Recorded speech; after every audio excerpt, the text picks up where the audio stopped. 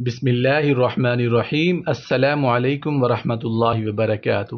عادات طیبہ صلی اللہ علیہ وآلہ وسلم۔ حضور اکرم صلی اللہ علیہ وآلہ وسلم چلتے تو نگاہ زمین کی طرف رکھتے اور دائیں بائیں نہیں دیکھتے تھے۔ کسی چیز کے ٹوٹ جانے پر غصہ نہیں فرماتے تھے۔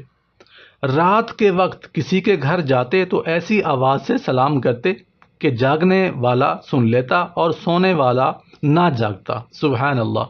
اگر ناراضگی کا اظہار فرماتے تو چہرہ مبارک دوسری طرف پھیر لیتے۔ خاص مہمانوں کی مہمان نوازی بنفس نفیس کرتے تھے۔ سبحان اللہ۔ کسی کے گھر تشریف لے جاتے تو دروازے کے سامنے نہ کھڑے ہوتے، دائیں یا بائیں کھڑے ہوتے۔ اگر کسی کا نام پسند نہ ہوتا تو نام تبدیل کر دیتے۔ بیمار کی مزاج پرسی کے لیے تشریف لے جاتے۔ جنازے میں شرکت فرمایا کرتے تھے۔ 3 دن سے قبل قرآن ختم نہ کرتے تھے۔ نفلی عبادات چھپ چھپ کر کرتے تھے۔ صحابہ کرام رضوان اللہ تعالی علیہم اجمعین سے ملتے تو مصافحہ کرتے اور دعا دیتے۔ سبحان اللہ، سبحان اللہ۔ جب کھڑے ہوئے غصہ آتا تو بیٹھ جاتے اور بیٹھے ہوئے غصہ آتا تو لیٹ جاتے۔ بچوں کے پاس سے گزرتے تو سلام کرتے۔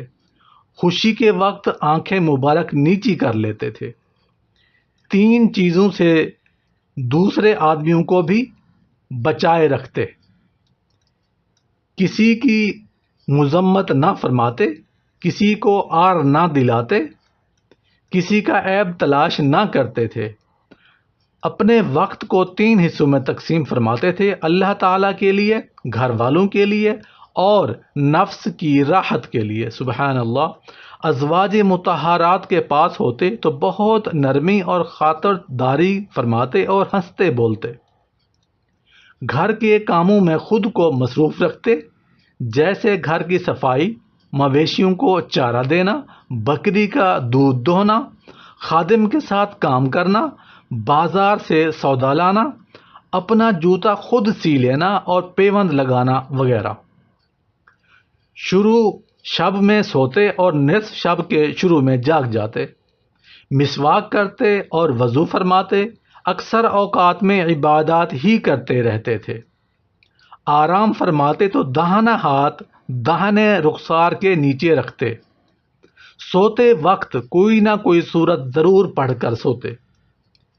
کبھی چت لیٹتے اور پاؤں پر پاؤں رکھ کر آرام فرماتے۔ عشاء سے پہلے کبھی نہیں سوتے تھے۔ سونے سے پہلے وضو فرمایا کرتے تھے۔ رات کو سوتے وقت سرما لگاتے تھے۔ سبحان اللہ، سبحان اللہ۔ میرے دوستوں، بھائیوں، بزرگوں، عادات طیبہ صلی اللہ علیہ وآلہ وسلم میں نے آپ کے ساتھ شیئر کی ہیں۔ آپ نے ثواب کی نیت سے اپنے دوستوں کے ساتھ اس ویڈیو کو ضرور شیئر کرنا ہے۔ Thanks for watching.